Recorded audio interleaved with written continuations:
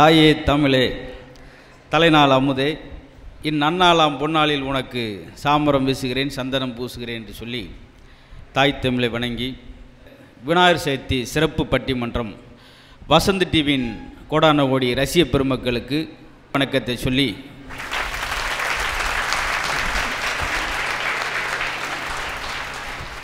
வெள்ளந்தியான மக்களிடையே நாங்கள் விநாயகர் சதுர்த்தி பட்டிமன்ற தொடங்கல பெருமகிழ்ச்சி அடைகிறோம். விநாயகர் சதுர்த்திக்கு பல்வேறு சிறப்புகள் இருக்குது. உங்களுக்கு தெரியாத விஷயம் கிடையாது. ரொம்ப ஏழை கடவுள், யார் வேணாலும் கும்பிடலாம். பேர் ரோசா மாலை, மல்லிகை மாலையே விநாயகருக்கு தேவையில்லை, ஒரு அரும்புல் மாலை போட்டால் போதும்.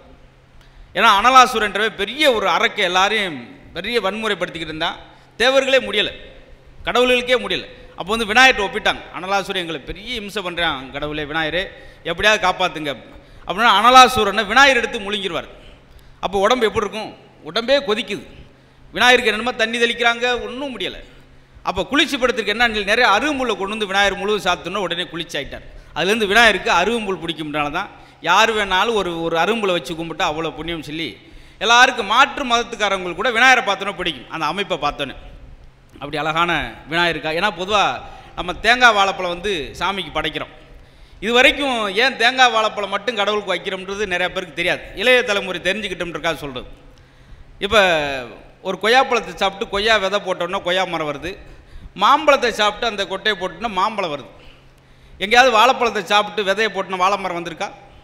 இல்லை தேங்காவை சாப்பிட்டு போட்டோன்னா தேங்காய் வந்திருக்கா? கிடையாது. எச்சில் படாத இறைவனுக்கு படைக்கும்ன்றக்காகத்தான் இந்த ரெண்டு எச்சில் படாத இறைவனுக்கு படைக்கக்கூடிய விஷயம்.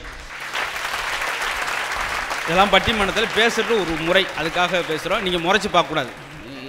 இது நகைச்சுவையெல்லாம் சொன்னால் இவன் எதுக்கு தேங்காயெல்லாம் பிடிங்கிட்டு இருக்கான் அப்படின்னு சொல்லி நீங்கள் வேதனைப்படக்கூடாது. இந்த அரங்கம் முழு வந்து பெருமை சேர்த்திருக்க உங்களுக்கு நாங்கள் பெரிய நன்றி சொல்லணும். இப்போ பேச்சாளர் பெருமக்கள் ஒரு அறிமுகம், ரொம்ப சின்ன தலைப்பு தான், ஆனால் அவங்களுடைய அறிவு விசாலமானது. எங்கே வேணாலும் புகுந்து பிரட்டி எடுத்து பேசக்கூடிய பேச்சாளர்கள். இல்லறம் இனிமையாக இனிக்க மாமியார் கற்றுக் கொடுக்க வேண்டுமா, இல்லை மருமகள் விட்டு கொடுக்க வேண்டுமா? இன்ன வரைக்கும் அவங்களுக்கு அந்த தலைப்புக்குள்ளே ஒரே குழப்பம். இப்போ யார் விட்டு கொடுக்க? கொஞ்சம் லைட் ஆஃப்னா எல்லாம் 4 பேர் இறங்கி ஓடுற மாதிரி இருக்காங்க. தலைப்பு சில நேரம் குழப்பமாக இருக்கும், பார்த்தீங்களா? அது மாதிரி மாமியார் தான் கற்றுக் கொடுக்க வேண்டும் என்ற அணிக்கு பேச வந்திருக்கிறவர். பல்வேறு காலமாக மேடையில் தமிழுக்காக முழங்கி வரவர், நல்ல சிந்தனையோடும் நல்ல கவிநயத்தோடும் பேசக்கூடிய அருமையான பேச்சாளர். ஒரு கல்லூரியில் பேராசிரியர் இருக்கார் சென்னையில். அவருடைய மொழி அழகும் அவர் கையாளுகிற விதமும் கவிதையோடவே பேசுகிறதுமே நிறைய பேருக்கு ரசிகர்களை அவர் பக்கம் இழுத்திருக்கார். அப்படியாப்பட்ட அருமையான பேச்சாளர் நெல்லை சுப்பையா அவர்களுக்கு நீங்கள் ஒரு கரகோஷம் கொடுத்து வாழ்த்துருங்க. அதே அன்னைக்கு பேசுவதற்காக அவங்களும் ஒரு ஆசிரியர் தான், திருச்சியில் இருக்காங்க. பெண்கள் பொதுவாகவே வீட்டை விட்டு வெளியே வரக்கூடாதுன்னு ஒரு கட்டுப்பாடு. ஆனால் நாங்கள் வீட்டை விட்டும் இல்லைங்க, மேடையில் வந்து எங்களால் பேச முடியும், அது நல்ல விஷயங்களை பேச முடியும்னு சொல்லி பல்வேறு மாவட்டங்களில் போய் பேசி பரிசையும் பாராட்டும் பெற்று வருகிற இளம் ஆசிரியை ஷகிலா அவர்களுக்கு நீங்கள் நல்ல கரகோஷம் கொடுத்து பார்த்தீங்களா? அணியே ஒரு உல்ட்டாவாக இருக்குவார். மாமியாருக்கு சப்போர்ட் பண்ணி பேசுகிறவங்க பூரா இளமையாக இருக்காங்க, மருமகளுக்கு பேசுகிறவங்க பார்த்தீங்களா, பார்த்தா அவங்க 60 வயசு மாதிரி தெரியாது, 70 வயசு மாதிரி தான் இருப்பாங்க. இவங்க மருமகளுக்கு பேசுகிறவங்க உடனே வந்துட்டாங்க. அவங்க பார்த்தீங்களா 1.5 மணி நேரம் 2 மணி நேரம் மேக்கப் போட்டு 2 மணி நேரம் மேக்கப் போட்டு இவ்வளோ ரிசல்ட்டு தான். அப்போ எங்களை என்ன சொல்லு பார்த்தீங்களா, ஐயா தனியாக சிரிக்கிறார், என் வீட்லேயும் இந்த கொடுமை தாயா அப்படின்னு. ஏன்னா நான் கிளம்புறேங்க 2 டைம்ஸ் அப்படி ஒரு பேண்ட்டு சொல்கிறோம் அப்படின்னு விஷயம் வந்துடும் நம்மளுக்கு. ஆனால் அது ஒரு காலம். அதான் இன்றைக்கி மாமியார் மரும ஏன் தலைப்பு வச்சோம்னா, பொண்ணு வாக்க போகிற பல பேர் குழப்பமாக போயிடுது. 2 மேக்கப்போட வந்துட்டு எது பொண்ணு எது அம்மான்ட்டே தெரியாமல் நல்லாத்தான் இருக்குது அப்படின்ட்டா. அது மாமியாப்பா, ஓ மரும இங்கே இருக்கா. இந்த மாதிரியெல்லாம் நவநாகரிகம்ன்ற பேரில் 2 பேருக்கும் ஒரே மாதிரி வித்தியாசம் பார்க்க முடியாமல் போச்சு அப்படின்ட்டுலாம் இந்த பட்டிமன்றத்துக்கு நிறைய தொகுத்து பேசுவாங்க. அதனால் மருமகள் தான் விட்டு கொடுக்க வேண்டும் என்று பேசுறதுக்கு அவங்க ஊர் கல்பாக்கத்தில் இருந்துக்கிட்டு நடுவராக நிறையா பட்டிமன்றங்கள் நடுவராக இருந்து பேசுகிறாங்க. பாட்டு மன்றங்கள்லேயும் நடுவராக இருந்து பேசக்கூடியவங்க, சிந்தனை கவிதை அரங்கத்தெல்லாம் பேசி பாராட்டு பெற்று வரக்கூடிய நல்லாசிரியை அன்புக்குரிய கல்பாக்கம் ரேவதி அவர்களுக்கு நீங்கள் ஒரு நல்ல கரகோஷம் கொடுத்து வரவேற்றவங்க. இருக்கிற மாவட்டங்களே நம்ம கொங்கு பாசைக்குன்னு ஒரு அழகு, அது கேட்டோடனே ஒரு சிரிப்பு வரும். அதை வச்சே நிறையா நடிகர்கள்லாம் மிகப்பெரிய உச்சத்தை தொட்டிருக்காங்க. அது மாதிரி கொங்கு பாசையை தமிழ்நாட்டு மட்டும் இல்லாமல் உலக நாடுகள் எடுத்து சென்று அதுக்கு பெருமை சேர்த்து வருகிற அருமையான பட்டிமன்றம், பாட்டு மன்றம், கருத்தரங்கம், சிந்தனை அரங்கம் சொல்லி ஒரு பேச்சுக்கு எத்தனை வகை இருக்கோ அத்தனை வகையும் தான் பேச்சில் மெருகூற்றி பேசக்கூடிய கோவை சத்யா அவர்களுக்கு நீங்கள் நல்ல கரகோஷம் கொடுத்து. இதுதான் எங்கள் அணி. மாமியார் கற்றுக் கொடுத்தால் தான் இல்லறம் இனிக்கும் என்று சொல்லி நெல்லை சுப்பை அவர்களுக்கு நல்ல கரகோஷம் கொடுத்து நீங்கள் அன்போடு வரவேற்றுருங்க. தண்ணீரிலிருந்து பாலை பிரித்தெடுக்கிற அன்னப்பறவையைப் போல ரசிகர்களிடமிருந்து அவர்கள் மனதை பிரித்தெடுக்கிற ஒரு ஆனந்த அன்னப்பறவை நம்முடைய மதுரை முத்து அவர்கள் தலைமையிலே விநாயகர் சதுர்த்தி பட்டிமன்றத்திலே பேச வந்திருக்கிற பேச்சாளர்களுக்கும் அழகான இந்த நிகழ்ச்சியை அமைத்த வசந்த் தொலைக்காட்சிக்கும் எங்களை ரசித்து கொண்டிருக்கும் வசந்த் தொலைக்காட்சியின் கோடிக்கணக்கான ரசிக பெருமக்களுக்கும் கோபிச்சட்டை பால் மக்களுக்கும் என்னுடைய பணிவான முதற்கண் விநாயகர் சதுர்த்தி நல்வாழ்த்துக்களை தெரிவித்துக் கொள்கிறேன். உண்மையிலே மாமியார் மருமகங்கிற தலைப்பை விநாயகர் சதுர்த்திக்கு என்ன சம்பந்தம் அப்படின்னு நான் யோசிச்சு பார்த்தேன். உண்மையிலேயே விநாயகருங்கிறவர் யானை முகம் இல்லையா? யானைக்கு எதிரி யார் தெரியுமா? அங்குசம் தான் எதிரி. என்னதான் யானை பலசாலியாக இருந்தாலும் அங்குசத்தை பார்த்து அது பயப்படும். உண்டா இல்லையா? அப்போ எதிரி வெளியில் இருந்தால் எவ்வளவு பலசாலியாக இருந்தாலும் நாம் பலம் இல்லாதவங்க தான். ஆனால் விநாயகர் பெருமானை பாருங்கள், யானை முகம், துபிக்கை. ஆனால் அந்த எதிரியாக இருக்கக்கூடிய அந்த அங்குசத்தையும் அவர் கையிலேயே வைத்திருக்கிறார். யார் ஒருவர் தனக்கு எதிரானவர்களையும் எதிரியையும் கையிலே வைத்திருக்கிறாரோ அவர் விநாயகர் பெருமானைப் போல வணங்கப்படுவார் என்பதுதான் விநாயகர் சதுர்த்தி நமக்கு சொல்கிறது. மருமகளுக்கு எதிரியாக இருப்பது மாமியாராக இருக்கட்டும், அந்த மாமியாரும் எதிரியாக இருக்கிற அந்த மருமகள் வீட்டிலே யார் வைத்திருக்கிறார்களோ அந்த குடும்பம் வணக்கத்திற்குரிய குடும்பமாக இருக்கும் என்பதைத்தான் உணர்த்துவதற்காக விநாயகர் சதுர்த்தியிலே மாமியாரா மருமகளா என்று ஒரு தலைப்பை வைத்திருப்பதாக நான் பார்க்கிறேன். Very good. வந்து உட்காந்துருங்க. என்ன எடுத்தோடனே கைதட்டு வாங்கிட்டீங்க. இந்த கைதட்டுக்காக நாங்களாம் ரத்தம் கைக்கு கிடக்கும். சில ஊரில் கெஞ்சுவோம், கைதட்டுங்க வாப்பா, போன வருஷம் தட்டினல்ல பாரு. நடுவர் அவர்களே, மாமியாருங்கிறவ எவ்வளவு உயர்ந்த ஒரு பதவி தெரியுமா? முதல்ல அவங்களெல்லாம் மாமியார் வீட்டுக்கு அனுப்பணும். இந்த ரெண்டு பேரையும் பாருங்க, மருமகன் பேச வந்திருக்க ரெண்டு பேரை பாருங்க, எக்ஸ்பிரி டேட் முடிஞ்சு போனவங்க மாதிரி. சங்கூதர வயசுல சங்கீதான்னு ஒரு பேர், அந்த மாதிரி அந்த அம்மா ரெண்டு பேர் வந்து உட்கார்ந்துருக்காங்க. சார், நான் எதுக்கு 4 பேர் வேகமாக பட்டிமன்றம் பேசுவேன்னு தெரியுமா?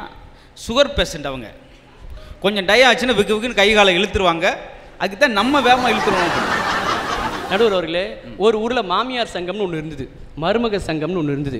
மாமியார் சங்கத்தில் ஒருத்தி இறந்துட்டா. எல்லா மருமகளும் உள்ளே போய் நின்று அழுதுட்டு இருந்தாங்க. என்னக்கா விஷயம் அப்படின்னா, என்ன பண்ணுறது, எங்கள் அத்தை 3வது மாடியில் துணி எடுக்க போனாங்க, கால் தவறி கீழே விழுந்துட்டாங்கக்கா.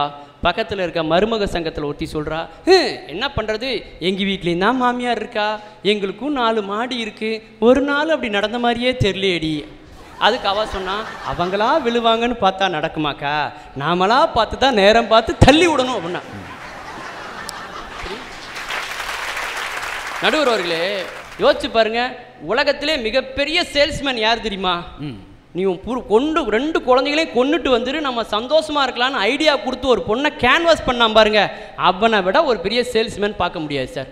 நம்ம தமிழகமே வருத்தப்பட்ட ஒரு செய்தி இல்லையா? ஒரு குடும்பத்தில் 2 பெண் குழந்தைங்கள ஒரு பொண்ணு என்ன செஞ்சிருக்கா, கொலை செஞ்சுட்டு ஓடி போயிருக்கா சார். நான் கேட்குறேன், அந்த குடும்பத்தில் மாமியார்னு ஒருத்தங்க இருந்தாங்கன்னா இது நடந்திருக்குமா சார்? நடந்திருக்குமா? நீங்கள் சொன்ன அந்த சிசிடிவி கண்காணிப்பு கேமரா வீட்டில் இருந்திருந்தா இது நடந்திருக்குமா? நீ ஏன் பிரியாணி கடைக்கு போய் பிரியாணி வாங்குற? அங்கே போய் தானே பழக்கம் ஏற்பட்டுச்சு. நீ வீட்டில் சமைக்கணும்னு மாமியாக்காரி சொல்லியிருப்பா. உண்டா இல்லைங்களா சார்?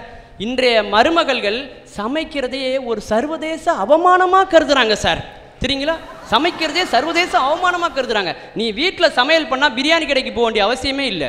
அந்த பிரியாணி கடைக்காரன் இங்கே வர வேண்டிய அவசியமே இல்லை. குழந்தைக்கு சாப்பாட்டில் என்ன கொடுத்தேன்னு அந்த மாமியாக்காரி பார்த்துருப்பா. புருஷனுக்கு மொண்டாட்டிக்கு சண்டைன்னா மாமியார் இருந்தானா சண்டையே வந்திருக்காது சார். தெரியுமா? மாமியாருங்க சிபிசிஐடி மாதிரி அவங்க முன்னாடி என்னதான் நமக்குள்ள சண்டை இருந்தாலும் நம்ம அம்மா முன்னாடி நம்ம ஒரு அந்யூன்யமாக இருக்கிற மாதிரி நம்ம ஆட்கள் ஒரு நடிப்பான். பார்த்துருக்கீங்களா? அப்போது மாமியார் இருந்த அந்த பிரச்சனை எதுவுமே வந்திருக்காது சார். உண்மையிலேன்னு அன்னைக்கெல்லாம் குடும்பத்தில் ஒரு பிரச்சனைனா எல்லாரும் பேசுனாங்க சார். குடும்பமே நீதிமன்றமாக இருந்தது. இன்றைக்கு குடும்பத்தில் யாரும் பேசவில்லை. அதனால தான் எல்லோரும் குடும்ப நீதிமன்றத்தை நோக்கி நாம் போய்கொண்டிருக்கிறோம். என்றால் ஒவ்வொரு வீட்லேயும் மாமியார் என்பவர்கள் தேவை. அவர்கள் வழிநாட்டினால் குடும்பம் மிகப்பெரிய வளர்ச்சி அடையும் சார். இன்னைக்கு முந்திலாம் பார்த்துருக்கோம் மாமியார் மருமக சண்டைன்னு. இன்னைக்கு ஏதாவது பேப்பரில் பார்க்குறோமா சார்? மாமியார் மருமக சண்டை எங்கேயா ஒரு வீட்டில் பார்க்குறோமா? கிடையாது. ஏன்னா எந்த வீட்லேயும் மாமியாரே கிடையாது. எல்லாத்தையும் அடித்து துரத்தியாச்சு. யார் வீட்லேயும் மாமியாரே கிடையாது. வீட்டுக்கு முன்னாடி விநாயகருடைய சிலையை வச்சிருக்கான் சென்னையில், எங்கள் ஊரில் எல்லாரும். ஆனால் குடும்பத்தோடைய தெய்வமாக இருக்கிறவளை கொண்டு முதியோர் இல்லத்தில் கொண்டு விட்டுருக்கானே, அப்போ எப்படி குடும்பம் உருப்பிடும் நான் கேட்குறேன். நடுவர் அவர்களே, இந்த சொந்தக்காரங்கள 2 டைப் இருக்குது. இந்த செய்தியை சொல்லி நான் முடிக்கிறேன். நம்ம சொந்தக்காரங்க சில பேர் இருப்பாங்க, நம்ம ஒய்ஃப் சைடில் சொந்தக்காரங்க சில பேர் இருப்பாங்க. ஒய்ஃப் சைடில் சொந்தக்காரங்க வருவாங்க, நம்ம சைடில் சொந்தக்காரங்க வருவாங்க. இப்போ எங்கள் ஒய்ஃப் சொல்லுவாங்க, என்னுடைய தம்பி வராங்க அடுத்த வாரம் நம்ம வீட்டுக்கு, அதனால் நீங்கள் தலைவாழை இலை போட்டு கூட்டு, அவியல், பொரியல், பச்சடி, இடியாப்பம், எல்லாம் பச்சடி எல்லாம் வச்சு வகை வகையாக செய்யணுங்க. ஏன்னா எங்கள் அப்பா எனக்கு ஆப்பிளாக ஊட்டி வளர்த்தாருங்க அப்படின்பா. அவன் சோத்துக்கு வழியெல்லாம் வில்லியாக்கம் பஸ் ஸ்டாண்டில் பிச்சை எடுத்துகிட்டு இருப்பான் அவன். ஆனால் சொல்கிறது என்னென்னா அப்படி சொல்கிறது பார்த்துருக்கீங்களா. நான் அதனால் ஒன்றும் பண்ணுறதில்ல. சரி சாப்பிட்டு போட்டோம் எல்லாம். அவன் தம்பி வந்தால் வாழை இலை போட்டு வகை வகையாக சமைப்பா சார் என் ஒய்ஃபு. நான் ஒன்றும் தப்பு சொல்கிறது இல்லை. என்ன காரணம்னா அந்த சாக்கிலேயே நமக்கு ஒரு நல்ல சாப்பாடு கிடைக்குதே, அதனால் நான் ஒன்றும் சொல்கிறது இல்லை. ஆனால் இதே என்ன பெற்று வளர்த்த என் தாய் மாமா வந்தார்னு வைங்களேன், எம்மா என் தாய் மாமா வந்திருக்காருமா அப்படின்னு சொன்னால் 1 வாரமாக ஒரே தலைவலியாக இருக்குங்க. அவருக்கு ஹோட்டலில் 2 கெட்டி சட்னி சாம்பார் வாங்கி கொடுத்து அனுப்புங்க. யாருக்கு? நம்ம சைடில் சொந்தக்காரங்க வந்தால். அந்த மாதிரி பிரித்து பார்க்கக்கூடிய மனப்பான்மை இன்றைய மருமகளுக்கு இருக்கிறது. ஆனால் மாமியார் அப்படி கிடையாது சார். எல்லாத்தையும் ஒன்று சேர்க்கிற மனநிலை உடையவர்கள் மாமியார் என்பதை சொல்லி இந்த கலாச்சாரத்தை மாற்ற வேண்டும் என்றால் ஒரு பண்பாட்டின் அடையாளமாக இந்திய குடும்பங்களில் இருந்த மாமியாரை மீண்டும் மீட்டெடுத்து வர வேண்டும். இவர்களை மாமியார் வீட்டுக்கு அனுப்ப வேண்டும் என்று கேட்டு விடைபெறுகிறேன். நன்றி, வணக்கம்.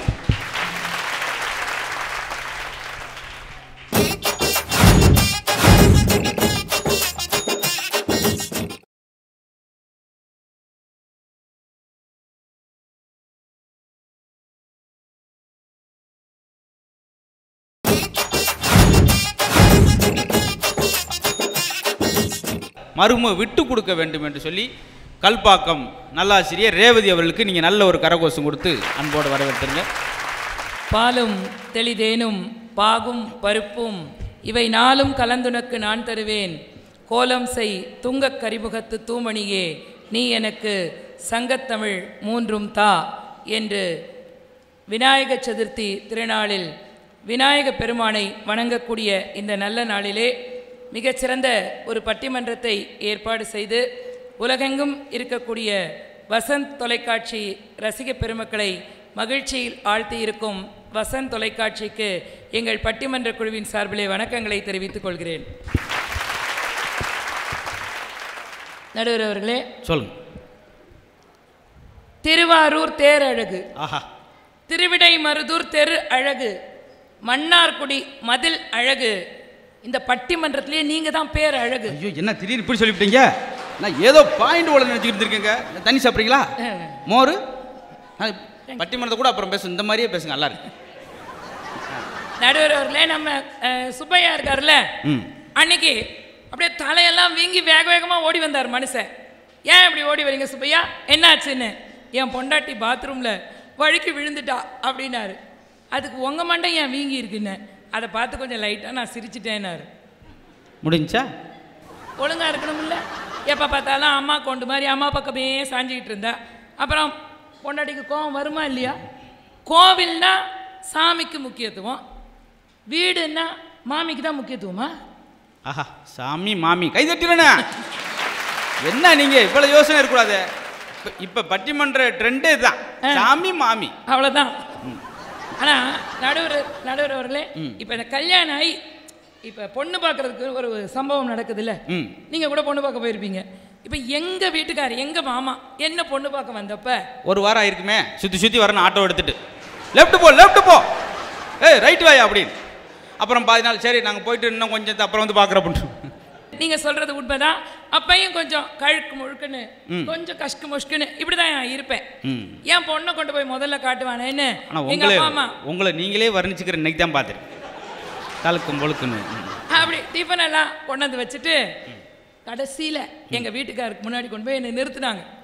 எங்கள் வீட்டுக்காரர் சொன்னார், என்னம்மா கல்யாணத்துக்கு பீரோ கொடுப்பாங்கன்னு ஒரு பீரோவையே கொண்டு வந்து நிறுத்திருக்கிறீங்கன்னு ரொம்ப ஃபீல் பண்ணார் மனுஷன். நடுவர் அவர்களே, ஆனால் எங்கள் வீட்டுக்கார் ஃபீல் பண்ணார்ல, நான் மருமகளுக்காக தான் பேச வந்திருக்கேன். ஆனாலும் எங்கள் மாமியார் கட்டுனா இந்த பொண்ணை தாண்டா கட்டணும் அப்படின்ட்டாங்க. எங்கள் மாமனார் சொன்னார், அவரே ஒரு பயந்த மனுஷன் பாவம், மெல்லமாக போய் சொன்னார், ஏன் அப்படி சொல்கிற, அவன் தான் இந்த பொண்ணு குண்டா இருக்கு வேணான்னு சொல்கிறானேன்னு. சும்மா இருங்க, அப்போ தான் தலையில் தூக்கி வச்சுக்கிட்டு ஆட மாட்டான். அந்த பழமொழிக்கு எப்படி அர்த்தம் பாருங்க. நடுவர் அவர்களே, இப்போ கிருஷ்ண ஜெயந்தி வந்துச்சுல்ல, கிருஷ்ண ஜெயந்தி அன்னைக்கு நான் கஷ்டப்பட்டு குனிய முடியாம குனிஞ்சு அப்படி பாத கோலம் போட்டுக்கிட்டு இருந்தேன். கிருஷ்ண ஜெயந்தினா பாத கோலம் தானே ஃபேமஸ். எங்க வீட்டு கிழவி மூளையில் உட்காந்துக்கிட்டு எங்க வீட்டுக்கார்ட்ட சொல்லுது, ஏய் எல்லாரும் போட்டா அது பாத கோலம், உன் பொண்டாட்டி போட்டா அது பூத கோலம்டா. பிக்கப் ஆயிட்டீங்க. பாத கோலம் பூத கோலம். I appreciate you. இப்போ இந்த பக்கத்துல எல்லாமோ அந்த பழக்கம் இருக்குன்னு நினைக்கிறேன். நடுவர் அவர்களே, இப்படி வாசப்படியில் அந்த மருமக வீட்டுக்குள்ளே வரும்போது ஒரு காப்படியிலையோ அரைப்படியிலையோ அப்படி அரிசி வச்சு இல்லை சொம்பில் அரிசி வச்சு அப்படி காலால் அப்படி எத்தி விட சொல்லுவாங்க. அப்படி வீடு முழுக்க அரிசி சிதறினா அந்த குடும்பம் பொண்ணும் பொருளும் செழித்து செல்வ செழிப்போடு இருக்குங்கிறதுக்கு தானே காரணம். ஆனால் இந்த மாமியார் என்ன தெரியுமா நினைக்கிறது, இவ அரிசியை மட்டுமா தட்டி விட வந்திருக்கிறா, அரசியா இருக்கிற ஏன் பதவியே இல்லை பறிக்க வந்திருக்கிறான்னு அங்கேயே வைக்குதில்ல ஆப்பு அந்த கிழவி. நடுவர் அவர்களே, தாய்க்கும் தாரத்திற்கும் என்ன தெரியுமா வித்தியாசம்? தாய் கருவில் சுமப்பாள், தாரம் உன் கருவை சுமப்பாள். தாய் உன்னை வயிற்றில் சுமப்பாள், தாரம் உன்னை கழுத்தில் சுமப்பாள். தாய் உன்னை பந்தய களத்திற்கு அழைத்து வருவாள், மனைவிதான் உன்னோடு பந்தயத்திலே ஓடி வருவாள் என்பதை உணர்ந்தாலே போதும், வாழ்க்கை சந்தோஷமா இருக்கும். இதில் நீங்கள் வகுத்தில் சுமக்கிறீங்களோ இல்லை கோயத்தில் சுமக்கிறீங்களோ, ஆனால் ஆம்பளை ஒட்டுமொத்த குடும்பத்தையும் சுமக்கிறேன், அதை தான் பார்க்கணும். நீங்கள் எங்கிட்ட 2 பேரும் மாமியார் மருமக சண்டையில் கேட்பாங்க சில நேரத்தில், எப்பா உன் ஒய்ஃபுக்கும் உன் மாமியாருக்கும் சண்டை வந்தால் நீ எந்த பக்கம், நான் கொல்ல பக்கம், அப்புறம் என்ன செய்ய சொல்கிற? இப்படித்தான் நிலவரமாக இருக்குது, அது சொல்கிறேன். நடுவர் அவர்களே, அப்படிலாம் தப்பாக நினைக்காதீங்க. மாமியாரும் மருமகளும் ஒரே தொழுவத்தில் கட்டப்பட்ட 2 மாடுகள். ஓஹோ. சில சமயம் முட்டிப்போம், சில சமயம் நக்கிப்போம். அப்படியா? நடுவர் அவர்களே, இது என்ன மருமக வந்த உடனே மாமியாருக்கு டாட்டா காட்டி வெளியில் அனுப்பிடுறா, அதானே உங்க குற்றச்சாட்டு? இங்க பாருங்க, 25 வருஷமா நீங்க தானே உங்க பிள்ளைக்கு வாசல்ல நின்று டாட்டா காட்டிட்டு இருந்தீங்க. 26வது வருஷம் மருமக நின்று டாட்டா காட்டினா என்ன தப்பு? ஏங்க பொம்பளைங்களே கைத்தட்டாம உட்காந்துருக்கிறீங்க. வாழ்ந்த வீட்டுக்கும் வாழ்க்கைப்பட்ட வீட்டுக்கும் நடுவில் வானம், காற்று, மழை, புயல், ஏங்க குலதெய்வத்தையே மாத்திக்கிட்டு நீங்க தான் சகலம்னு வரக்கூடிய மருமகளுக்காக நீங்கள் கொஞ்சம் விட்டு கொடுத்தாதான் என்னன்னு நாங்க கேட்கிறோம். நடுவர் அவர்களே, பாத்தீங்களா? நடுவர் அவர்களே, மாமியாருக்கு மருமகளுக்கு ஒரு வித்தியாசம் சொல்லவா? Very good. என்ன அப்படியே? கதற அடிச்சா மருமக, கதற கதற அடிச்சா மாமியார். இந்த இடத்துல ஒரு கைதட்டு எதிர்பார்க்குறாங்க. நடுவர் அவர்களே, அம்மா எவ்வளவு ஆசையா சாப்பாடு ஊட்டினாலும் அந்த மனைவி சாப்பாடு ஊட்டுறதுல தான் ஒரு சந்தோஷம் இருக்கு. உண்மையா இல்லையா? கண்ணதாசன் அழகாக சொல்வார், ஆழாக்கு அரிசியிட்டு அதிலே சமைத்தாலும் தாழாத காதலோடு தான் எடுத்து ஊட்டிவிட்டால் தேவர் அமுதம் கூட சீச்சி என்றாகும்னு அந்த மருமக பிள்ளைக்கு ஊட்டுற சாப்பாட்டை அவ்வளவு அழகா வர்ணிச்சு கொடுத்தாரு. ஏன் இந்த மாமியார்கள் அதையெல்லாம் கொஞ்சம் கற்றுக் கொடுத்தாதான் என்ன? இன்னைக்கு மாமியார்லாம் மாமியார் மாதிரி இருக்கா? அதுவும் ஹேண்ட்பேக்கை மாட்டிக்கிட்டு லேடிஸ் கிளப்புக்கு போகுது. அது பாருங்க, எல்லாம் எங்கெங்க போகணும் ஒரு விவசாய நம்ம ஏடிஎம்குள்ள ஒரு கேமரா மாட்டிருக்காங்க, அது முன்னுக்கு மேக்கப் போட்டு ஃபுல்லாக நிற்கிது. நல்லா எடுங்க, அதில் எடுத்து என்ன பேப்பரில் போட போகிறேன். ஏம்மா டாக்டர் சொல்கிறார் நாளைக்கு உனக்கு பிளட் டெஸ்ட் இருக்குமா, அதுக்கு ரெட் கலர் சரி மேட்சுக்கு மேட்சா டெஸ்ட்டு கூட. அப்படியே அவங்க சொன்ன மாதிரி என்னைக்கு பியூட்டி பார்லர் அழகு நிலை வந்துச்சோ அன்னைக்கு மரும யாரு மாமியார் யாருன்னு வித்தியாசம் தெரியாமல் போயிடுச்சு. இதான். ஆனால் நல்லதுதான் இருக்கட்டும். அதாவது மாமியார்கள் எல்லாம் அவள் போட்டு வந்த நகை பத்திரமாக இருக்கிறதா என்று பார்க்கக்கூடாது, அவளை நான் பத்திரமாக பார்த்து கொள்வேன் என்று சொல்லணும். இந்த இடத்துல ஒரு கைதட்டு. ஆமா, பொண்ணு சிவப்பா இருக்கிறாளான் மட்டும் பார்க்கக்கூடாது, தன்னுடைய மகனை பார்க்கிற போதெல்லாம் அவளுடைய கண்ணம் சிவக்கிறதா என்று பார்க்கணும். அவ்வளோ போதும். இந்த இடத்துல கைதட்டு தேவையில்லை. ஆனால் நடுவர் அவர்களே, ஒரு மருமகள் தலை குனிந்து நடந்தால்தான் அந்த மருமகளுடைய பெற்றோரும் இந்த மாமியார் மாமனாரும் வீதியிலே தலை நிமிர்ந்து நடக்க முடியும் என்று சொல்லி மருமகள்கள் விட்டு கொடுத்து கொண்டுதான் இருக்கிறார்கள். ஒரே ஒரு செய்தியோட முடிச்சிடுறேன். இப்போ மாமியார் மருமக பிரச்சனைங்கிறது என்ன ஒரு பெரிய பிரச்சனையா? அது ஒரு கிரிக்கெட் மாதிரி. என்ன சொல்றீங்க? இப்போ எங்க மாமியார் நானும் அந்த கிரிக்கெட் அப்பப்போ விளையாடுவோம். எப்படி? கோவம் வந்தா எங்க மாமியார் அப்படி டம்ளர் தூக்கி அப்படி வீசுவாங்க, அது பவுலிங். பத்தியா கொடுமைய அப்படி ஜல்லி கரண்டியால அப்படி நான் தட்டுவேன், அது பேட்டிங். ஓஹோ. வீட்டுக்கு வெளியில போய் விழுந்தா 6, வீட்டுக்குள்ள விழுந்தா 4, எங்க வீட்டுக்கார மேல விழுந்தா கிளீன் போல்டு. அவுட்டு. இதில் என்ன அவன் கிரிக்கெட் என்ன நோக்கத்தில் கண்டுபிடிச்சான்? நீங்கள் என்ன குடும்ப கிரிக்கெட்டாக இருக்குது? அப்பையும் கூட பாரு, ஆம்பளை தான் அவுட்டு, கிளீன் போல்ட்டு எல்லாம் ரைட்டு. கடைசியில் பாருங்கள் எந்த பிரச்சனையும் இதுதான். நகை நட்டு கொடுத்தால் சந்தோஷம் கிடையாது, காசு கட்டு கொடுத்தால் சந்தோஷம் கிடையாது, காஞ்சி பட்டு கொடுத்தால் கூட சந்தோஷம் கிடையாது. குடும்பத்தில் மாமியார் மருமகள் இருவரும் விட்டு கொடுத்தால்தான் என்றைக்கும் அந்த குடும்பத்தில் சந்தோஷம் என்று சொல்லி மருமகள் விட்டு கொடுப்பதே இல்லறத்தின் இனிமைக்கு பெரிதும் காரணம் என்று நீங்கள் தீர்ப்பு வழங்க வேண்டும். ஏன் அதை கூட வழங்கிருங்க. இல்லை, என் வேலை கொஞ்சம் மிச்சமாக இல்லை, அதை வழங்கினா அப்புறம் நீங்கள் எங்களுக்கு வழங்க வேண்டியதை வழங்க மாட்டீர்கள் என்ற காரணத்தால் அதை நீங்களே வழங்குங்கள் என்று சொல்லி உங்களிடமிருந்து விடைபெறுகிறேன். நன்றி, வணக்கம். நான் எனக்கு வழங்க வேண்டிய வழங்கினால்தான் நான் உங்களுக்கு வழங்க வேண்டிய வழங்க முடியும். இல்லை என்றால் 5 பேர் வாடகை சைக்கிள் தான் ஊருக்கு போக வேண்டும். அதையும் தெரிந்து கொள்ள வேண்டும்.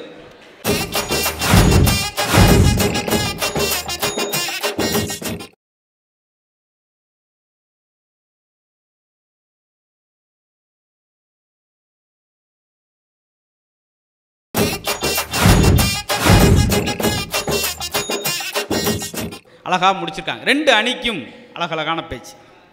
அதாவது எவ்வளோ நேரம் பேசுகிறன்றது முக்கியம் கிடையாது, என்ன பேசுகிறோம். சில நேரம் பார்த்தீங்கன்னா 5 மணி நேரம் பட்டிமன்றம் நடக்கும், கஜா முஜான்னு கத்தி ஊரை கூட்டி. ஆனால் சொல்ல வேண்டிய விஷயத்த கடல் அளவு தண்ணி அப்படி கை கிளாஸில் கொண்டு வர மாதிரி சுருக்கி சொன்னால் போதும். இதாய மாமியார், இது மருமக, அவ்வளோதாங்க, போங்க அப்படின்னா போயிடுவோம். கச்சா முச்சான்னு. ஏன்னா நம்ம இலக்கியங்களும் புராணங்களும் நிறையா சொல்லி கொடுத்துருக்கு. சகோதரர்கள் எப்படி இருக்க வேண்டும் என்பதை சொல்வதுதான் ராமாயணம். சகோதரர்கள் எப்படி இருக்கக்கூடாது என்பதை சொல்வதுதான் மகாபாரதம். ஒருத்தி சிரிக்கக்கூடாத இடத்தில் சிரித்தால் மகாபாரதம் ஏற்பட்டது. ஒருத்தி சிரிக்க வேண்டிய இடத்தில் சிரிப்பை தொலைத்தால் ராமாயணம் ஏற்பட்டது. இதுக்கெல்லாம் விளக்கம் கேட்கக்கூடாது, ஏன்னா நான் படித்து மொட்டையாத்தான் படிச்சிருக்கேன். ஆமாம், அதுக்காக இப்பொழுது இந்த அணியினுடைய நிறைவு பேச்சாளர், அதாவது மாமியார் கற்றுக் கொடுக்க வேண்டும், அப்போத்தான் இல்லறத்தில் இனிமை பூத்து குலுங்கும். ஆசிரியை சகிலா அவருக்கு நல்ல ஒரு கரகோஷம் கொடுத்துருங்க. தமிழன் புரியாத மொழி பேசுபவனை குருவாக பார்க்கிறான். தமிழன் புரியாத மொழி பேசுபவனை குருவாக பார்க்கிறான்.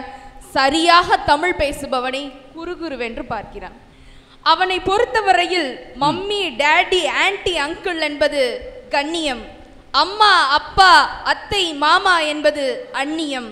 வேண்டாம் இனியும் இந்நிலை, தாயாம் தமிழை நேசிப்போம் என்று கூறி தமிழை அமுத சுரபியாக கொடுத்து கொண்டிருக்கக்கூடிய வசந்த் தொலைக்காட்சி நேயர்களாகிய உங்கள் அனைவருக்கும் விநாயகர் சதுர்த்தி நல்வாழ்த்துக்களை கூறிக்கொண்டு துவங்குகிறேன். இல்லை, அக்கா வந்து பேசுனாங்க, ரொம்ப அழகாக பேசுனாங்க, நல்லா பேசுனாங்க.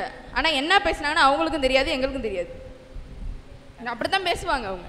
உங்களுக்கு தெரியாது, எனக்கும்ல தெரியாமல் போச்சு. இப்போ அதான் சிக்கல். என்னங்க பேசுனாங்க? என்னவோ அந்த அழகு இந்த அழகுன்னாங்க. அழகு வர்ணிக்க தெரிஞ்சாங்க அவங்களுக்கு. நீங்கள் எவ்வளோ அழகு. சில பேச்சு பார்த்தீங்களா எப்படி இருக்குன்னு சொல்லி அதை நான் சொல்லிடுறேன். ஒரு ஊரில் ஒரு பேசுகிற ஒரு ஆளை கூட்டு வந்தாங்க. நீங்கள் யோசிச்சுக்கங்க, என்னை நடுவராக கூட்டு வரல, இவங்களுக்கு ஒரு வசதி ஏதாவது மறந்து வச்சா நான் பேசிகிட்டே இருப்பேன். அவங்க அப்படியா பார்த்து ஒரு ஆளை பேச கூட்டு வந்தாங்க, கஷ்டப்பட்டு ரொம்ப செலவு. அவர் மைக்கை பிடிச்சி ஹலோ அவர் பேசினார், என்னை பார்க்காங்க. நான் என்ன பேச போகிறேன்னு தெரியுமா? கூட்டத்தில் தெரியாது தெரியாது தெரியாது தெரியாதவங்கிட்ட இருக்கு வீணாக பேசிக்கிட்டு டயத்தை வேஸ்ட் பண்ணி போயிட்டான் மனுஷன். என்ன போல செலவு பண்ணி வேஸ்ட்டு, மறுபடியும் கூப்பிட்டு வந்தார். இதெல்லாம் போதும் பேசுங்க அப்படின்னு. நான் என்ன பேச போகிறேன்னு தெரியுமா? கீழே ஆடியன்ஸும் ரெடி பண்ணிட்டாங்க. தெரியாதுன்னு சொன்னால் தான் கிளம்பிட்டேன். தெரியும்னு சொல்லுவான். தெரியும் தெரியும் தெரிஞ்சவங்ககிட்ட மறுபடியும் எதுக்கு வீணாக பேசி டயத்தை வேஸ்ட் பண்ண. என்ன 2 வருஷம் வேஸ்ட்டாக மறுபடியும் 3ஆம் வருஷம் அந்தாலே கூப்பிடுங்க. ஆடியன்ஸ் உஷாராயிட்டாங்க. ஏய், பாதி பேர் தெரியும்னு சொல்லுவான், பாதி பேர் தெரியான்னு சொல்லுவான். இப்போ என்ன செய்வார்? நான் என்ன பேச போகிறேன்னு தெரியுமா? ஒரு கொஸ்டின் தெரியும் தெரியும் கிட்ட தெரியாது தெரியாது. இந்த தெரிஞ்சவங்களாம் தெரியாதவங்களை சொல்லிக் கொடுங்க, அப்போ நான் போயிட்டு வரேன்ட்டார். கடைசி வரைக்கும் இப்படியாக நிறைய பார்த்துருக்கோமுங்க. அது மாதிரி இது ஒரு வகை. சார், உங்கள் அழகை வர்ணிக்க என்னால் தாங்க முடியும். ஏன்னா ஒரு அழகை வர்ணிக்க இன்னொரு அழகால தான் முடியும்.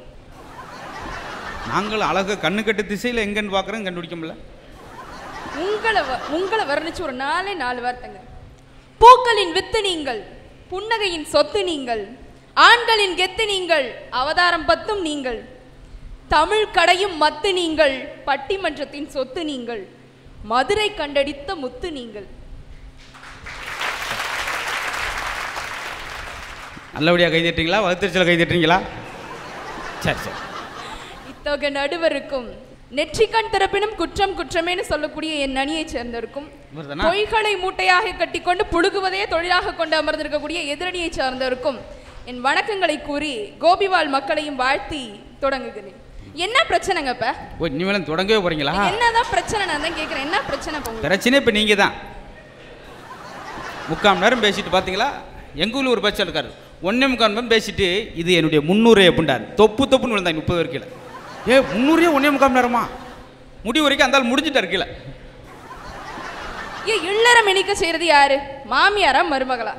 தாயா தாரமா? தாரம் தாங்க நான் சொல்லுவேன். இப்பதான் தலைப்பே கண்டுபிடிச்சிருக்கீங்களா? தாரம், அதை பிரிச்சு பாருங்களேன். தாரம், ஓஹோ, தாரம் அப்படின்னு சொல்லலாம், தாரம் அப்படின்னு சொல்லலாம். என்னத்தங்க தரோம் நாங்க? அன்பு, மகிழ்ச்சி, பண்பு, பாசம், நேசம், இது அத்தனையும் உங்களுக்கு கொடுக்கலையா? ஓ, அன்பத்தாரம், பண்பத்தாரம், எல்லாத்தையும் தானங்க தரோம். ஆனால் 2 முக்கியமான விட்டீங்களே வீட்டில், செருப்படிய தாரம், விளக்கமாரடி தாரம், அதான மெயினாக வாங்கிட்டு இருக்கோம். எனக்கு இன்னும் கல்யாணம் ஆகலைங்க. நான் எங்கள் அப்பா கிட்ட சொல்லியிருக்கேன், மாப்பிள்ளை வந்து இப்படி இப்படி குவாலிஃபிகேஷனில் இருந்தால் நான் கல்யாணம் பண்ணிக்கிறப்பான்னு சொல்லியிருக்கேன். நீங்களே யாராவது மாப்பிள்ளை தேடிக்கிட்டு இருந்தீங்கன்னா நோட் பண்ணிக்கோங்க, நீங்கள் நோட் பண்ணிக்கோங்க. நானா கல்யாண மாலை பட்டிமன்றம் நடத்துகிறேன், கல்யாணம் ஆகாமங்களும் ஆகி வைக்க. மாப்பிள்ளை படிச்சிருக்கணும், மாப்பிள்ளை படிச்சிருக்கணும், அழகாக இருக்கணும், ஸ்மார்ட்டாக இருக்கணும், சகப்பாக இருக்கணும், உயரமாக இருக்கணும், வெளிநாட்டில் வேலை செய்யணும், மாதம் 2 லட்சம் ரூபா சம்பாதிக்கணும், கிரெடிட் கார்டு வச்சிருக்கணும், டெபிட் கார்டு வச்சிருக்கணும், சொந்தமாக வீடு இருக்கணும், சொந்தமாக கார் இருக்கணும், சனிக்கிழமைனா ஷாப்பிங் கூட்டு போகணும், ஞாயிற்றுக்கிழமைனா சினிமா கூட்டு போகணும். இதுக்கு கீழே வர்றதுதான் ரொம்ப முக்கியமானது. நல்லா நோட் பண்ணிக்கங்க, இது கீழே வர்றதுதான் ரொம்ப முக்கியமானது. மாப்பிள்ளை வீட்டுக்கு ஒரே பையனா இருக்கணும், நல்லா சமைக்க தெரிஞ்சிருக்கணும். மொத்தம் நீங்க பட்டிமன்றம் பேசல மாப்பிள்ளை வாக்க வந்திருக்கீங்க. நல்லா சமைக்க தெரியணும், கல்யாணம் முடிஞ்ச உடனே தனி கொடுத்தன வச்சிடணும். இதெல்லாம் இதுக்கப்புறமும் ஒன்று முக்கியமானது இருக்கு, தெரிஞ்சுக்கோங்க. காலையில பொண்டாட்டி எழுப்பி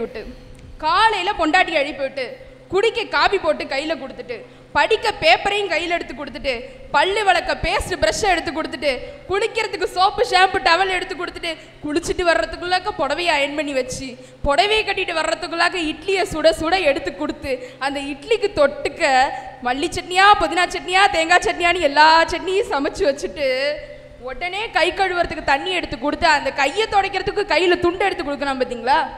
அப்படி ஒரு மாப்பிள்ளை தான் வேணும்னு கேட்டிருக்கேன். இதெல்லாம் நாங்கள் சீரியலில் தான் பார்த்துருக்கோம். நெசத்தில் ஆசையாக இருக்குது, இதெல்லாம் கேட்கும்போது ஆசையாக இருக்குது, ஆனால் நடக்கணுமே. இப்படிதான் மாப்பிள்ளை வேணும்னு நான் எங்கள் அப்பாட்ட கேட்டிருக்கேன். காரணம் என்ன தெரியுமா? ஒரு பெண் என்பவள் தன்னுடைய வீட்டில் இளவரசியாக வலம் வருவாள். அவள் போகக்கூடிய வீட்டில் மகாராணி மாதிரி இருக்கணும்னு மாப்பிள்ளை தேடுறதுல என்னங்க தப்பு? அப்படி வர்ற பொண்ணுக்கு கற்றுக் கொடுக்கறதுல உங்களுக்கு என்ன கிரீடம் குறைஞ்சிரும்னு நான் கேட்குறேன். மாமியார்னா கற்றுக் கொடுக்கறதுக்கு தாங்க வீட்டில் இருக்கீங்க. ஏன் இந்த புருஷன் கிழிச்ச கோட்டை தாண்டாமல் இருக்கிறது எவ்வளோ பெரிய விஷயம் தெரியுமா? புருஷன் போட்ட கோடை வந்து தாண்டாமல் இருக்கிறது ரொம்ப பெரிய விஷயம். நானும் கல்யாணம் ஆச்சுன்னா என் புருஷன் போட்ட கோடை தாண்ட மாட்டேன். ஏன்? நீ என்ன போடுறது, நான் என்ன தாண்டதுன்னு அழைச்சி விட்டு நான் பாட்டு போயிட்டே இருப்பேன். எல்லாரும் வீட்டில் அப்படித்தான். என்ன நீங்கள் மட்டும் தான் சொல்கிற மாதிரி. புருஷன்னா யார் தெரியுமா? கவிஞர் கண்ணதாசன் சொல்லாதத, வாலி சொல்லாதத, வைரமுத்து சொல்லாதத நான் சொல்றேன், நோட் பண்ணிக்கோங்க. இது வேற நோட்ஸ் எடுத்துக்கங்க. புருஷனா யார் சார்? நீங்கள் நோட்ஸ் எடுத்துக்கங்க. எனது டிஎன்பிசி கொஸ்டின் வந்தால் வரும். உங்களுக்கு நோட்ஸ் எடுக்கிறா, நாங்கள் பேனா பேப்பர்கிட்ட பரீட்சைக்கு வந்திருக்கோம். கொஞ்ச நேரம் போய் பட்டிமன்றம் நோட்ஸ் எடுத்துக்கங்க, பேனா எடுத்துக்கங்க, அலிரப்பர் எடுத்துக்கங்க. நான் ஒரு டீச்சர்ல கடைசியில் எங்கள் உசுர் எடுத்துருப்பீங்க. புருஷனா யார் சார்? சொல்லு. யாரெல்லாம் சன் உதிக்கிறதுக்கு முன்னாடி ப்ரூல காப்பி போட்டு வந்து கொடுக்குறானோ அவன் தான் சார் புருஷன்.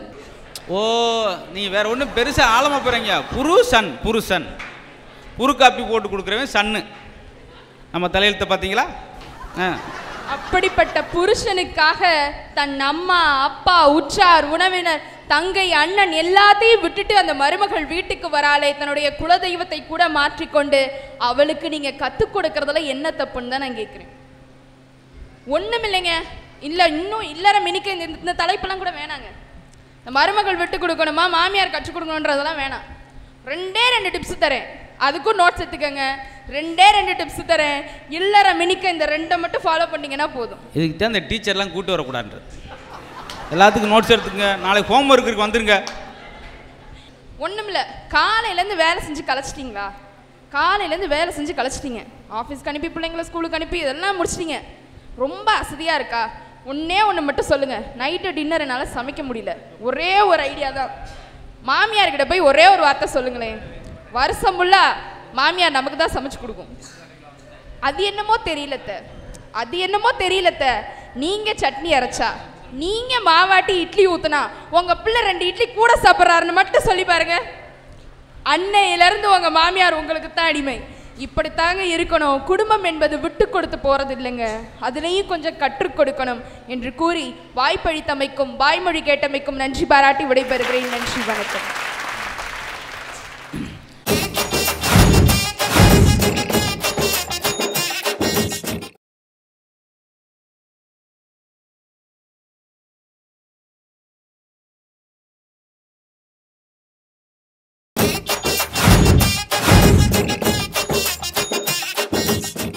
இந்த அணியினுடைய நிறைவு பேச்சாளர், கண்டிப்பாக உங்களுக்கு இந்த அணியை மட்டும் கிடையாது, இந்த பட்டிமன்றத்துக்கு நிறைவு பேச்சாளர், உங்கள் கொங்கு மண்டலத்துக்கு பெருமை சேர்க்கிற கோவை மாநகரத்தில் வந்திருக்கிற சத்யா அவர்களுக்கு நிரம்ப கைதட்டி அவங்களை வரவேற்கும்.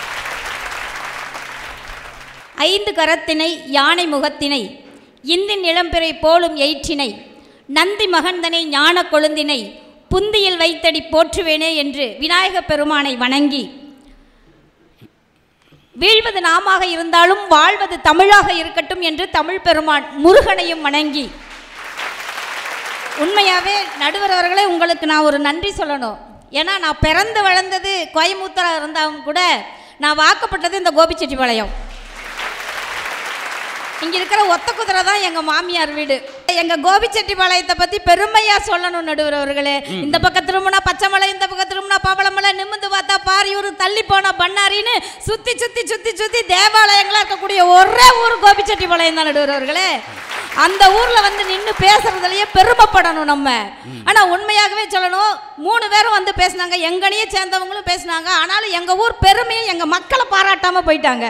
சத்தியமா நான் எதுக்குங்க வந்திருக்கேன்? நம்ம ஊர்லேருந்து வந்து நம்மளை பாராட்டாம போக முடியுமா? நான் பாராட்டுறேங்க நம்மளை. வாஞ்சையான மனசுகளே, வஞ்சகம் சூதுக்கு அப்பாற்பட்டவர்களே, சுதந்திர காற்றை செல்லமாக பாவித்து இந்த கோபிச்செட்டிப்பாளையத்திலே இருந்து கொண்டு, உண்மையாகவே சொல்லணும்னா நடுவர்களே, ஒரு காட்டுக்குள்ளே வந்து நம்ம பார்த்தோம்னா தென்னை மரமும் அது இதுவும் தோப்புகளாக பார்ப்போம். ஆனால் ஒரு தோப்பாகவே நம்மளை காண வந்திருக்கக்கூடிய எங்கள் கோபிச்செட்டிவாழ் மக்களுக்கு எனது நன்றி கலந்த வணக்கத்தை சொல்லி, 5-5னா 10 எங்கள் பட்டிமன்றம்னா எங்கள் முத்து தாங்க கெத்து. திடீர்னு பாராட்டு மழை வந்துகிட்டு இருக்கு. திடீர்னு பாராட்டினா தான் நீங்கள் தூங்குறீங்களா முடிச்சுருக்கீங்களான்னு கண்டுபிடிக்க முடியும். அதனால தான். ஆனால் உண்மையாக ஒரு நல்ல தலைப்பு கொடுத்துருக்கீங்க. விநாயகர் சதுர்த்தி அன்னைக்கு இதில் பேசுகிற நம்ம ரொம்ப சந்தோஷப்படணும். மாமியார் கற்றுக் கொடுக்கணுமா, மருமக விட்டுக்கணும்? ஏமா நீ என்னம்மா பேசிட்டு போனேன்? இல்லை கேட்குறேன். வந்ததுலேருந்து மாமியாவை ஒன்றுமே பேசாமல் மருமக மருமக மருமக மருமக உன்னை அதுக்காக ரங்கடின்னு கூட்டிட்டு வந்தாங்க. வந்தால் ஏதாவது மாமியார் கற்றுக் கொடுக்கணுங்கிறதுக்கு ஏதாவது சொல்லிட்டு போனீங்களா? நாங்கள் மருமகள் விட்டு கொடுக்கணுங்களுக்கு எங்கள் அணிலேருந்து எவ்வளோ அழகாக சொல்லிட்டு போனாங்க. உண்மையாகவே மாமியாருக்கு மருமகளுக்கு ஒரே ஒரு வித்தியாசம் தாங்க நடுவர்களே. என்ன தெரியுங்களா? மாமியாங்கிறது நடுவர்களே இட்லி மாதிரி, மருமகங்கிறது தோசை மாதிரி. இப்படி ஒரு வித்தியாசம் நாங்கள் பார்த்தோம். சத்தியமா நடுவர்களே, இப்போ நான் சொன்னா புரியும். நீங்கள் ஹோட்டலில் போய் சாப்பிடுங்க, இட்லி 5 ரூபா தான், ஆனால் தோசை 30 ரூபா. ஏன் தெரியுங்களா? இட்லி அந்த மாமியார் மனசு குறுகுன வட்டம், அதனால அது 5 ரூபா தான். ஆனால் மருமக மனசு பறந்த வட்டம், அதனால 30 ரூபாய்ங்க. ஆனால் மாவு ஒன்று தானே. மாவு ஒன்றா இருந்து என்னங்க பண்ணுறது? நாங்கள் பறந்த மனசோடு இருக்கிறோம்ல நடுவர்களே. இதுதான் வாழ்க்கை தத்துவம். போன விநாயகர் சதுர்த்திக்கு ஒருத்தன் விநாயகர் முதுகு பின்னாடி ராதியா படத்தை ஒட்டி வச்சுட்டு வந்தாங்க. ராதிகா படத்தவா? என்னடாண்ணே இதான் சித்தி விநாயகர் அப்படின்டா. அவன் கண்டுபிடிக்கிறான் புதுசு புதுசா. இல்லை என்னங்க மாமியார் மருமக என்னங்க விட்டு கொடுக்காம போயிட்டோம் நாங்கள். நல்லா யோசனை பண்ணி பாருங்க. மருமக கொண்டு வர நகை வேணுமா நடுவர்களே? மாமியார் பேசுறது மருமக கொண்டு வர நகை வேணுமா, மருமக கொண்டு வர காரும் ஸ்கூட்டியும் வேணுமா, எல்லாம் வேணுமா. ஆனால் மருமக மட்டும் வேண்டாங்கிற மாதிரி மாமியாங்க பேசுகிறாங்களே. என்னத்தை நீங்கள் கற்றுக் கொடுத்தீங்கன்னு கேட்குறோம் நடுவர்களே. நாங்கள் மருமகள்கள் வீட்டுக்குள்ளே விட்டு கொடுத்து போகிறதுனால தான் இன்னைக்கு இல்லறம் இனிமையாக இருக்குதே தவிர மாமியார் கற்றுக் கொடுத்துக்கிறதுனால எந்த இல்லறமும் இனிமையாக இருக்காதுங்க. மாமியார் கற்றுக் கொடுக்குறதெல்லாம் என்ன தெரியுங்களா? என் புள்ள வந்தா, என் பொண்ணு வந்தா, இதை செய்யுங்க. ஆனால் ஆனால் உங்கள் அக்கா தங்கச்சி வந்தால் இதுலேயும் நெல்லை சுப்பையா வந்து ஒன்று சொன்னார் பாருங்க, என் உறவு வந்ததுன்னா பாத்திர பண்டமெல்லாம் ஒன்றும் உருள மாட்டேங்குது, அங்கேயே ரோட்டு கடையில் சட்னியும் தோசையும் வாங்கி கொடுத்து அனுப்பிச்சிரு அப்படிங்கிறாங்க. இதில் ஒரு சூட்சம் இருக்குது தெரியுங்களா? என்ன தெரியுமா? எங்கள் கோபிவால் மக்களுக்கு தான் தெரியும். சத்தியமாக நாங்கள் உண்மைத்தான் சொல்லுவோங்க. நாம் என்னைக்கு நான் பொய் பேசிக்கிறோம், நம்ம உண்மைத்தான் பேசுவோம். நாங்கள் எங்கள் சொந்த பந்தமெல்லாம் வந்தால் கறியும் புளியும் ஆக்கி போடுவோம், இல்லைன்னு நாங்கள் சொல்ல வரல. ஆனால் அதே எங்கள் புருஷன் சொந்தம் வந்ததுன்னா வரக்காப்பி வச்சு ஊற்றுவோம். என்ன தப்பு? தப்பே கிடையாதுங்க. அக்காலாம் நல்லா கேட்டுங்க, அண்ணன் நல்லா யோசிச்சு பாருங்க. சத்தியமாக சொல்கிறேனுங்க, எங்கள் சொந்த பந்தமெல்லாம் வந்து கறியும் புளியும் நாங்கள் ஆக்கி போட்டோம்னு வைங்க, எங்கள் சொந்த பந்தம் சாப்பிட்டுட்டு போகும்போது என்ன சொல்லிட்டு போவாங்க தெரியுங்களா? சே அக்காவை பாரு, மாமா சூப்பராக பார்த்துக்கிறாரு அப்படின்னு சொல்லிட்டு போவாங்க. அதே புருஷன் சொந்தம் வந்ததுன்னு வைங்க, நம்ம கறியும் புளியும் ஆக்கி போட்டோம்னா தின்னு தெரிச்சிட்டு போகும்போது என்ன சொல்லிட்டு போவாங்க தெரியுங்களா? வந்துக்கிறாவாரு பூரா தின்னே அழிச்சு போடுவாளாட்டக்குன்னு போயிடுவாங்க. அதனால தான் நாங்கள் 2 சொந்தத்தையும் பாக பிரிவினியாக பார்க்குறோம். இதில் என்னம்மா தப்பு கண்டுபிடிச்சிங்க? 2 பேரும் வந்து நெஞ்சு அடிச்சுக்கிறீங்க என்னம்மா? மருமக மோசம்னு.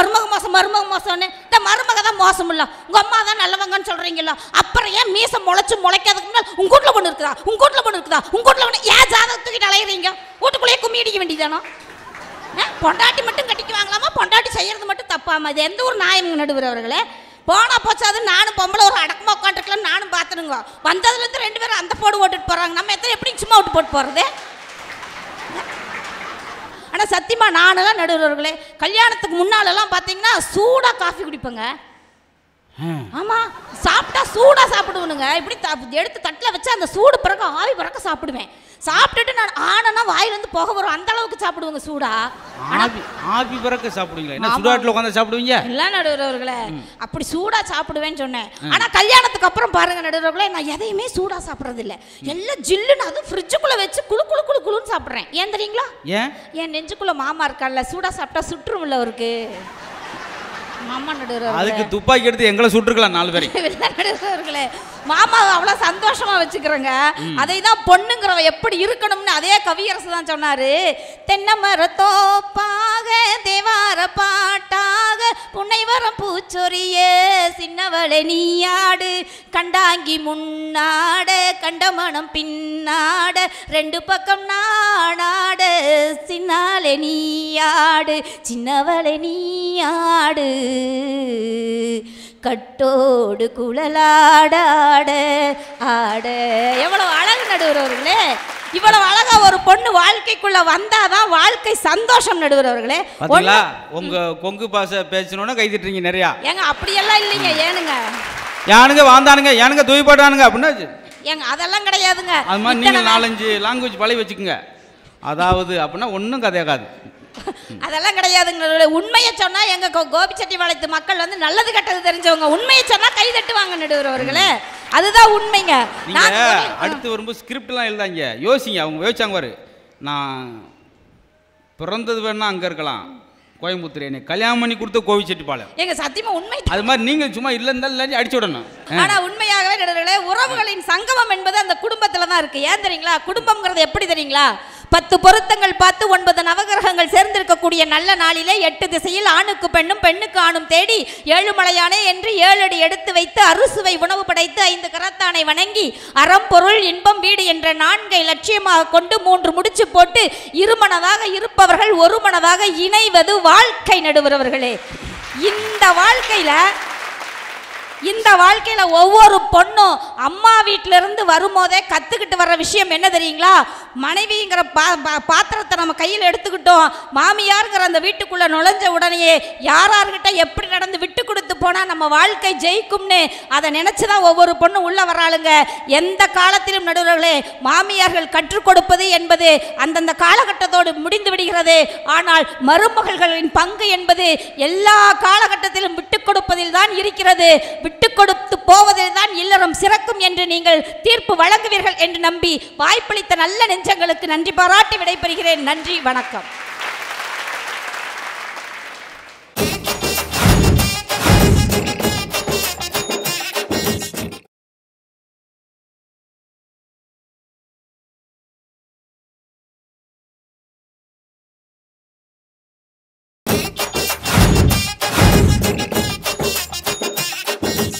இப்போ நிறைவா மாமியார் கற்றுக் கொடுக்க வேண்டுமா இல்லை மருமகள் விட்டு கொடுக்க வேண்டுமா?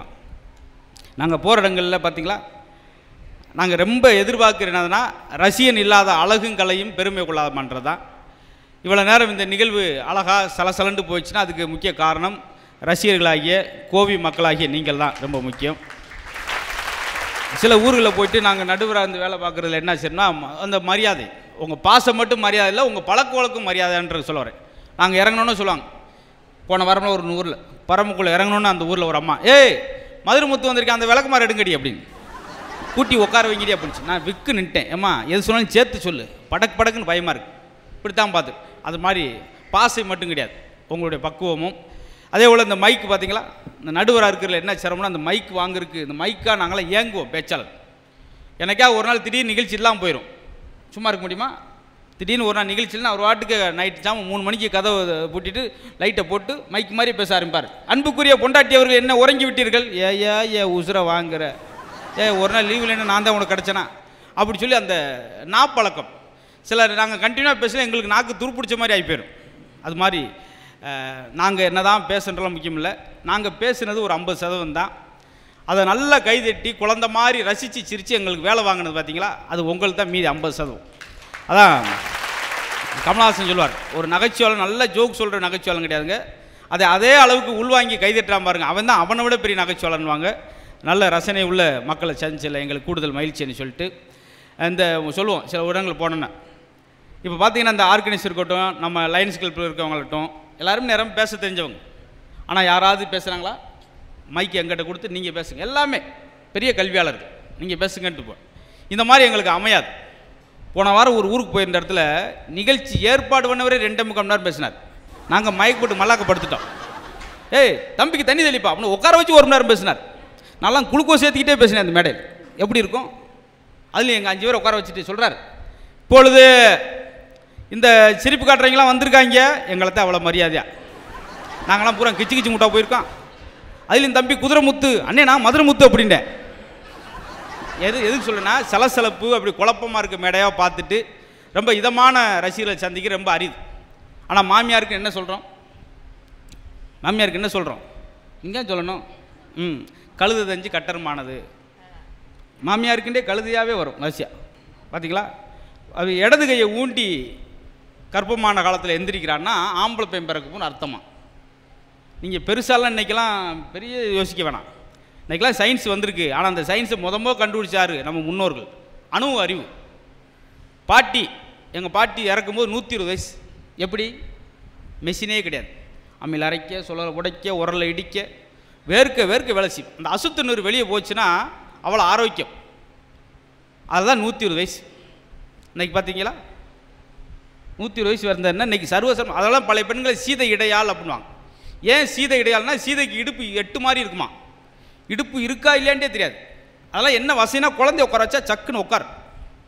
இன்றைக்கி பாருங்கள் எல்லாம் சாப்பிட்டு 11 மாதிரி இருக்குது, குழந்தைய வைக்க சர்ன்னு வலிக்கிட்டு சாக்கில் கிடைக்கும். உட்காரு கழுதா, இடம் தான் தானே உட்காருவேன், முது கீழே வந்துட்டே இருக்காங்க. ஆரோக்கியம் கூட பாருங்களேன். நம்ம பாட்டிமார்கள் யாராவது கொஞ்சம் வெயிட்டாக இருக்க பார்த்துருக்கீங்களா? என்ன அர்த்தம்? சும்மாவே இருக்கிற வேலை செய்ய. அதனால தான் இந்த 2 பேருக்கு ஒத்து வராத காரணம். இங்கே ஒரு மருமலை அதெல்லாம் அப்படி போட்டிருக்காத, இது இப்படி போடாத அப்படின்னாலும் சுருண்டாயிரு. ஏன்னா நீ இப்போ வெளிச்ச வேலை வாங்கிட்டே கேட்டுக்கிட்டே இருக்க. அது மாதிரி பொறுமை இருக்காது. அந்த வயசுக்கு பரபரப்பாக இருக்கிற பெண்ணுக்கு வயசு ஏன் இத்தனை போட்டு வைக்கணுமா, ஏன் இந்த சேலையை கட்டக்கூடாதா அப்படின்னு சொன்னாலே கோப்பாய். அவர் சொன்னார் பார்த்தீங்களா சுப்பையா, முதியோர் இல்லங்கள் கூட்டினது யாருனால? மருமக வந்தேன். அது வரைக்கும் கூட்டு குடும்பம் அழகாக இருக்கும். 3-4 நாள் தான் இருக்கும். தனி குடும்பம் போயிது பார்த்தீங்களா? அதே போல் பக்கத்து வீட்டில் யார் இருக்கான்னு சொல்லி ஒரு வீட்டுக்குள்ளேயே அந்த குழந்தைகளாம் மாமியா வந்து பார்த்தீங்கன்னா நீங்கள் விட்டுட்டு போகலாம். மாமியாட்டையும் மாமனாட்டையும் அவ்வளோ அழகாக கொஞ்சம் விளாண்டுக்கிட்டு இருப்பாங்க. சின்ன சின்ன நல்ல நல்ல விஷயங்களை சொல்லிக் கொடுத்து ஒழுக்கம் பண்பாடை சொல்லிக் கொடுக்குறது. ஆனால் அன்றைக்கி அப்படி கிடையாது. பாருங்களா, அன்னைக்கு 2 பேர் ஒரு ஆள் வேலை செஞ்சு 2 குழந்தைய படிக்க வச்சாங்க. இன்றைக்கி வீட்டில் 2 பேரும் மாங்குன்னு வேலை செஞ்சு அவனுக்கு ஒரு எல்கேஜி சீட் வாங்க முடியல. பார்த்தீங்களா? அப்படி இருக்குது. நல்ல நல்ல நுணுக்கங்களை சொல்லிக் கொடுத்து சொன்னேன். சிசிடிவி கேமரா தேவையில்லை, வீட்டுக்கு அழகான பாதுகாப்பு. அவர் சுப்பையா சொன்னார் பார்த்தீங்களா ஒரு விஷயம். இன்றைக்கி இந்த பாலியல் வன்முறை சென்னையில் ஒரு அடுக்குமாடி வீட்டில் 8 பேர் சேர்ந்து, அந்த வீட்டில் யாரும் இல்லை, யாருமே இல்லை. அந்த பாப்பா தனியாக ஸ்கூல் போயிட்டு தனியாக வீட்டுக்கு வரணும். இது ஒரு கூட்டு குடும்பம், ஒரு வயசான பாட்டியோ இல்லை ஒரு பாட்டனர் இருந்தால் அந்த சம்பவம் நடந்திருக்குமா? கூட்டு குடும்பம்ன்றது எத்தனை வீட்டில் இருக்குது சொல்கிறீங்களா? நாங்கள் சில சொல்லுவாங்க, நாங்கள் கூட்டு குடும்பமாக தான் இருக்கோம். யாராக இருக்கீங்க? நானே பொண்டாட்டியும். இது ஒரு கூட்டு குடும்பமா? கூட்டு குடும்பம் இருந்திருந்தால் அந்த அழகான குழந்தைக்கு அந்த நிலைமை ஏற்பட்டிருக்குமா? அதை விடுங்க. தினந்தோறும் பேப்பரை திருப்பினா ஒரு பக்கத்துக்கு 2 கள்ளக்காதல் விஷயம் வருது. இது ஒரு கூட்டு குடும்பத்தில் இருந்தால் அது நடக்குமா? இல்லை. மாமியார் மருமம் இல்லாதனால பயத்து போச்சு. ஃபோன் பண்ணால் கூட என்ன ஏது ஏன் இவ்வளோ நேரம் பேசுகிற, வந்தோன்னே மைண்ட்டை சொல்லிடும், உன் பொண்டாட்டி ஏதோ ஃபோன் பேசிகிட்டே இருக்காடா. இன்றைக்கி எல்லாத்துக்கும் இந்த ஃபோன் வந்த பின்னாடி நம்மளுடைய கலாச்சாரத்தில் என்னென்ன போச்சு தெரியுமா? அலாரம் போச்சு, டார்ச் லைட் அடிச்சு டார்ச் போச்சு, ரேடியோ செய்தி அப்போ வானொலி போச்சு, காலண்டர் போச்சு, தேதி குறிக்கிறது. என்னைக்கு பர்த்டேன்றதை அமாவாசை பௌர்ணமி என்னைக்குன்றது சூரியனை பார்த்து சொன்னாங்க. இன்றைக்கி அலாரம் அடித்தா தான் தெரியும், ஓ இன்றைக்கி அம்மா தாத்தாவுக்கு பர்த்டே, அப்பாவுக்கு பர்த்டே. அப்போ என்ன, டார்ச் போச்சு, அலாரம் போச்சு, ரேடியோ போச்சு, காலண்டர் போச்சு, மானம் போச்சு, மரியாதை போச்சு, எல்லாம் அக்கப்போரே போச்சு. அப்படி போச்சு பார்த்தீங்களா? இப்படி குட்டி குட்டி விஷயங்களை சொல்லி கொடு. நான் சொன்னேன், கதை கேட்டு வளர்ந்த நான் அன்றைக்கெல்லாம் மேடையில் வந்து ஒரு 2 மணி நேரம் தனியாக பேசிடுவேன். ஏன் இவ்வளோ கதைகளை எப்படி தொகுத்து பேசுகிறேன்? எங்கள் பாட்டி எனக்கு சின்ன வயசாக இருக்கும்போது கதை சொல்லிக்கிட்டே இருக்கும். கதை கேட்டு வளர்ந்த குழந்தை கற்பனை சக்தியோடு பிறக்கும். ஆனால் அன்றைக்கி இல்லாமல் போச்சே. கையை ஊண்டி எந்திரிச்சா என்ன குழந்தைன்னு சொல்லுவோம். நீங்கள் போய் ஸ்கேன் எடுத்து பார்க்குறீங்க ஆனா பொண்ணான்னு. அன்றைக்கி வந்து கோதுமையில் அவங்கள யூரின் போக வச்சு, கோதுமை மஞ்சளாக இருந்துச்சுன்னா ஒரு குழந்தையும், இல்லை மஞ்சள் ஆகலைன்னா ஆண் குழந்தைன்னு சொல்லக்கூடிய அளவுக்கு அறிவு சக்தியோடு இருந்தாங்க. எல்லாத்துக்கும் இன்றைக்கி வயல் வாழ்வு சொல்கிறாங்க.